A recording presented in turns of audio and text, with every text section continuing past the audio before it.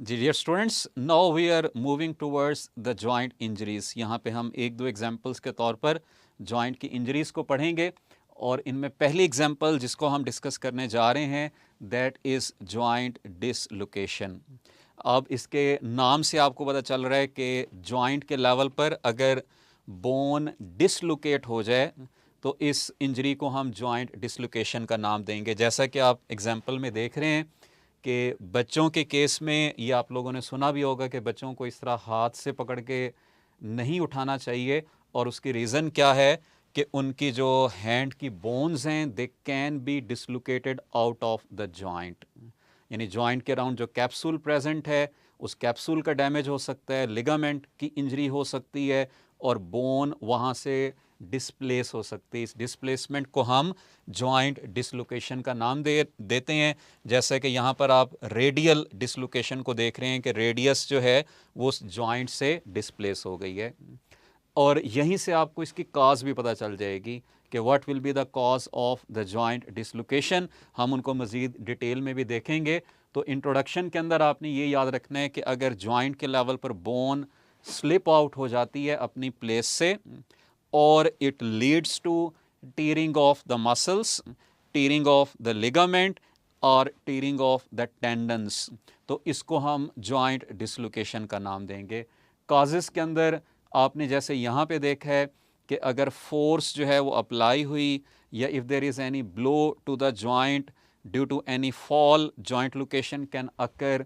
Trauma की वजह से हो सकती है, किसी डिजीज़ की वजह से लिगामेंट और कैप्सूल वीक हुआ तो जॉइंट डिसलोकेशन हो सकती है। और इसी तरह रूमाटाइड आर्थराइटिस में जहाँ पर जॉइंट की इन्फ्लेमेशन है, इन्फ्लेम्ड है जॉइंट, वहाँ पर भी लोकेशन हो सकती है। These are multiple causes for joint dislocation. इसके साइन सिम्टम्स के अंदर अगेन आपको एक साइन तो हमेशा नज़र आएगा, that will be the pain. So there will be intense pain, swelling, और अगर ये सीवियर डिसलोकेशन है तो इट विल रिस्ट्रिक्ट मोबिलिटी, तो it can lead to immobility of that joint. इसके ट्रीटमेंट के अंदर भी ऑप्शंस वही होंगी कि इधर फिजियोथेरेपी, और अगर लिगामेंटस इंजरी है, कोई कैप्सुलर इंजरी है, फिर ultimately this will need the surgery. तो physiotherapy and surgery, these are the options for treatment of this joint dislocation. Next हम एक और जॉइंट की इंजरी की तरफ चल रहे हैं, दैट इज़ स्प्रेन।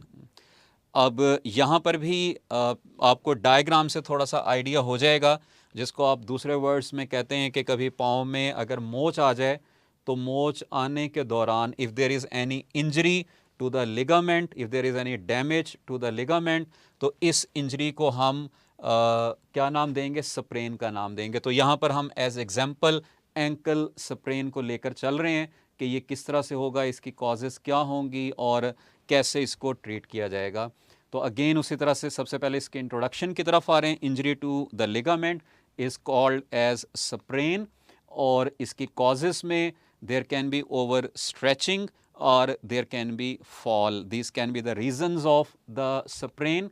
इसके साइन सिम्टम्स के अंदर अगेन वही सारे साइंस होंगे, इन्फ्लेमेटरी साइंस जो आपने पढ़े हैं। There will be swelling, inflammation, pain, और उस पेन की वजह से जो मूवमेंट है वो रिस्ट्रिक्ट हो जाएगी।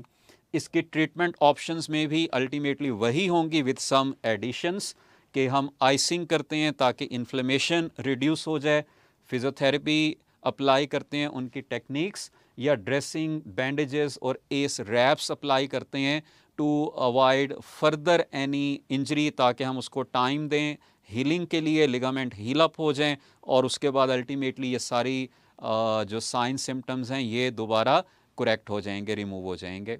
So this was all about the joint injuries, जिसके अंदर हमने जॉइंट डिसलोकेशन और स्प्रेन्स को पढ़ा है।